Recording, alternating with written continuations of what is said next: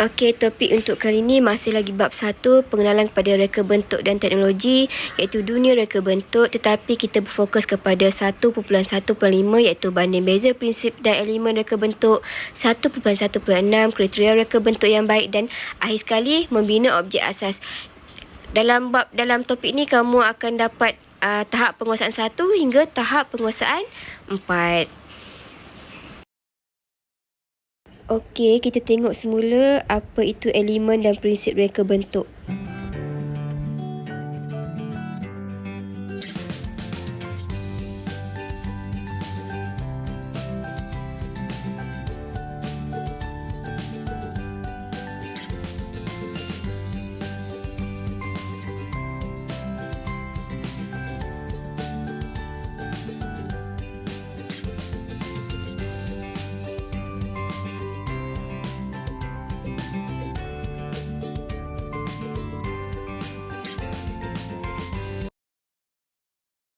Berdasarkan elemen dan prinsip yang kamu dah pelajari, kamu sepatutnya boleh senaraikan ataupun tandakan elemen-elemen dan prinsip-prinsip yang terlibat berdasarkan contoh-contoh gambar tersebut. Contohnya gambar bola.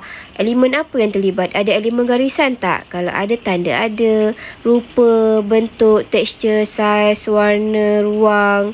Kemudian prinsip apa yang digunakan? Keseimbangan, pengulangan, kontras, kepelbagaian, kesatuan, keringkasan, harmoni. Awak tandakan mana-mana yang berkaitan. Tak apa, awak lakarkan, awak lorikkan kat mana-mana kertas conteng pun tak ada masalah. Awak buat untuk setiap gambar tersebut, ya.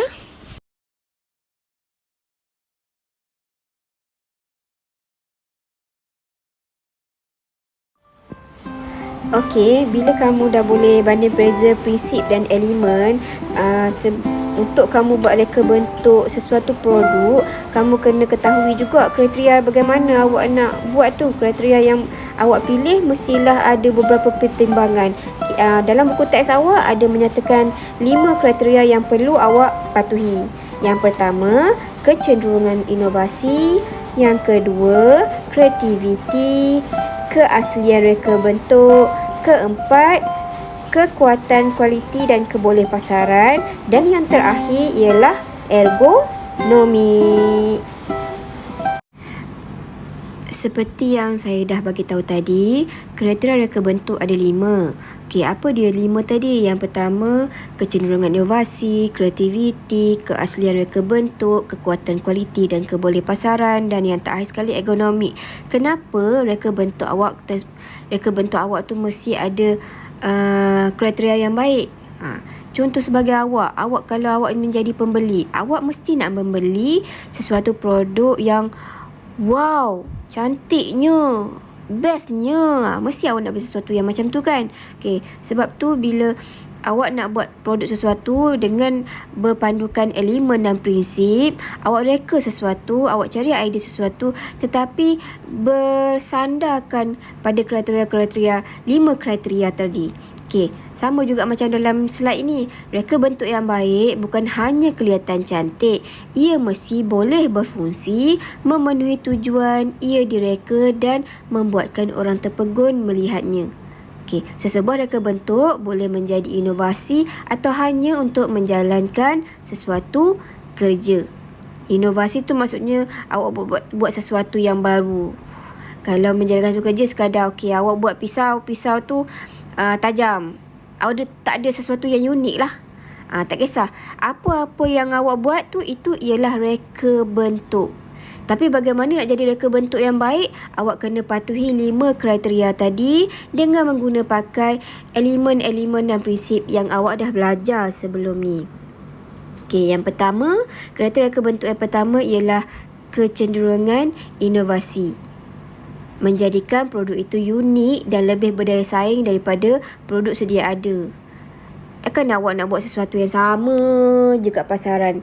Nanti bila awak buat sama je kat pasaran, orang akan beli yang dah lama, yang memang dah ada kat pasaran. Buang masa je lah awak nak reka sesuatu yang memang dah ada. Sekurang-kurangnya kalau awak nak reka sesuatu, contohnya awak tak suka awak tak suka ada meja kerja awak, meja tulis awak tu kecil ataupun bergoyang-goyang. So, awak rekakan sesuatu yang berinovasi. Bagaimana? Mungkin awak nak rekakan meja sekolah kayu tu yang boleh dilipat-lipat. Boleh dilipat-lipat, jadi nanti bila tak nak guna boleh tak tepi, bila nak guna letak balik dekat tempat asalnya. Lepas tu lacinya lebih besar. Awak kena buat sekurang-kurangnya buat satu inovasi yang perubahan yang baru kepada produk yang sedia ada di pasaran. Okey, kemudian kreativiti. Lebih kurang sama je dengan inovasi tadi. Kalau awak nak buat sesuatu yang inovasi, mesti dengan adanya kreativiti. Awak punya pemikiran tu, awak boleh cari idea yang baru. Melibatkan idea baru dalam menghasilkan produk reka bentuk serta dapat memperbaiki fungsi produk sedia ada bagi memberi manfaat yang lebih baik. Nak buat inovasi, awak kena kreatif. Takkanlah awak nak buat cikai-cikai je kan. Mesti kena ada daya kreativiti. Semua orang ada kreativitinya masing-masing. Cuma mungkin orang ni kreativitinya macam ni, orang ni kreativitinya macam ni. Okey, kriteria yang seterusnya ialah keaslian. Make sure kita sebagai rakyat yang bertanggungjawab, sebagai manusia yang bertanggungjawab, jangan plagiat hasil seni orang lain ataupun hasil kerja orang lain. Mesti ada keasliannya. Sebuah reka bentuk yang baik bersifat asli, iaitu tidak meniru produk yang sedia ada. Tidak boleh meniru produk yang sedia ada. Ia merekakan unsur simbolik, emosi dan estetika membuatkan orang lain kagum. Kalau awak tiru kerja orang, sama juga macam awak tiru belajar. Awak tiru masa exam. Kan itu yang sesuatu perbuatan yang tidak beretika. Sama juga, reka bentuk pun awak tak boleh meniru hasil kerja orang lain. Kemudian kriteria yang seterusnya ialah kualiti, ketahanan dan kebolehpasaran. Produk yang dihasilkan mempunyai ciri ketahanan, tidak mudah rosak dan mudah memasuki pasaran. Buat sesuatu yang tahan, yang lasak, barulah ada orang nak beli. Ataupun awak nak pakai sendiri pun awak puas hati. Takkan awak nak buat meja awak sendiri, guna kertas saja, guna sehari, walaupun katakanlah guna sehari, rosak. Ia membazir tenaga lah. Okey, faham ya? Kemudian, kriteria yang seterusnya ialah ergonomi. Pernah dengar perkataan ergonomi? Okey, ergonomi ialah suatu ciri keselesaan yang ada pada produk. Ciri ini biasanya menjadi pilihan pengguna. Contohnya dalam gambar tersebut, mouse. Kebanyakan orang suka beli mouse yang kecil yang sesuai dengan tangan. Sebab apa?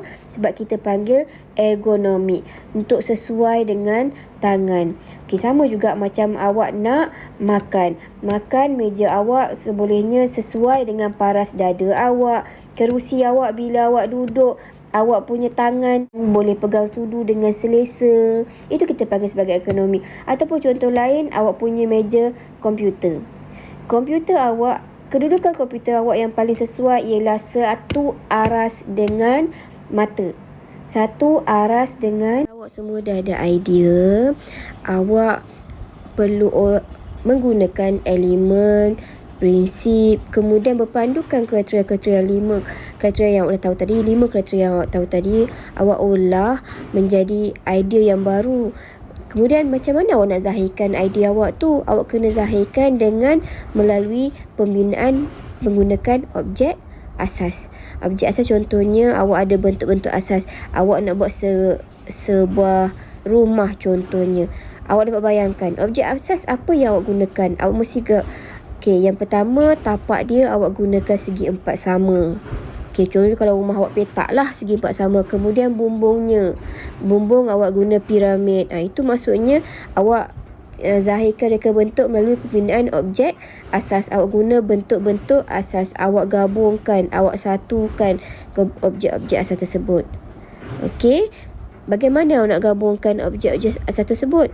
Ada beberapa teknik, iaitu pembenaman, kemudian pembuangan, kemudian penyatuan dan yang terakhir ialah peleraian. Pembenaman ni maksudnya awak kena benamkan satu part ataupun kalau awak ada mainan, bukan macam Lego, tapi dia macam cantum-cantum tu. Awak kena selitkan dia. Bila awak selit, awak benamkan warna 4, dia akan bergabung. Kemudian contoh teknik yang seterusnya ialah pembuangan. Teknik ini dilakukan pada bahagian yang tidak dikehendaki. Potong, awak buang, campak dalam tong sampah. Awak buang. Contohnya tadi kita kata awak nak buat awak ada buat sofa. Sofa tu objek asasnya ialah menggunakan silinder. Silinder, dapat bayangkan tak sofa awak bentuk bulat, tapi silinder dia panjang macam tu. So nak jadikan sofa, awak kena potong one part, awak buang. Dia akan jadi sofa. Sofa berbentuk silinder. Kemudian penyatuan. Penyatuan ni, teknik penyatuan dilakukan dengan mencantumkan 2 atau lebih objek tanpa melibatkan pembuangan atau pembenaman. Cantumkan 2 objek tanpa melibatkan pembenaman ataupun buangan. Awak ambil mana-mana objek asas, awak gabungkan 2.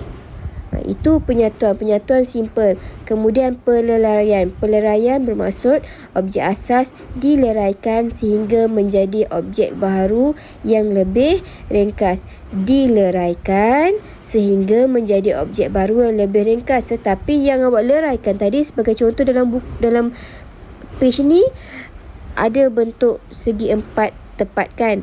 Okey, segi keyboard. Keyboard tu awak leraikan di bahagian tengahnya, bentuk bulat tu awak keluar, tapi awak jangan buang. Awak guna balik kepada bentuk yang seterusnya.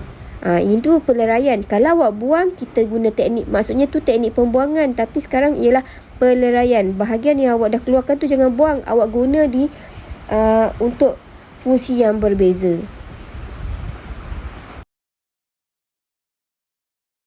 Ya, awak ingat tak tugasan yang lepas saya ada minta awak lukis satu produk asas menggunakan bentuk objek asas. Okey, sebenarnya ini adalah contoh bagi kefahaman awak menggunakan ataupun menggabungkan objek-objek asas tadi yang kita dah belajar tadi. Tapi hari tu sebenarnya latihan untuk awak kenal pasti elemen dengan prinsip apa yang sesuai awak gunakan. Awak olah membentuk objek asas. Tapi sekarang bila awak dah tahu mengenai bagaimana awak nak cantumkan objek-objek asas tadi, awak cantumkan, awak nak buat penyatuan ke, cantuman ke, awak boleh buat pemunian ataupun awak boleh buat satu cantuman, satu produk asas daripada gabungan-gabungan objek asas yang baru, dan awak boleh kenal pasti elemen apa yang awak guna, prinsip apa yang awak guna, atau lebih mudahnya awak cuma buat pemurnian sahaja kepada lakaran yang awak dah buat sebelum ni. Awak bagi tahulah awak gunakan teknik apa, cantuman ke, penyatuan ke, pembuangan ke, ataupun peleraian. Setakat ini saja topik kita pada hari ini. Jika ada sebarang pertanyaan, boleh tanya dalam grup ya.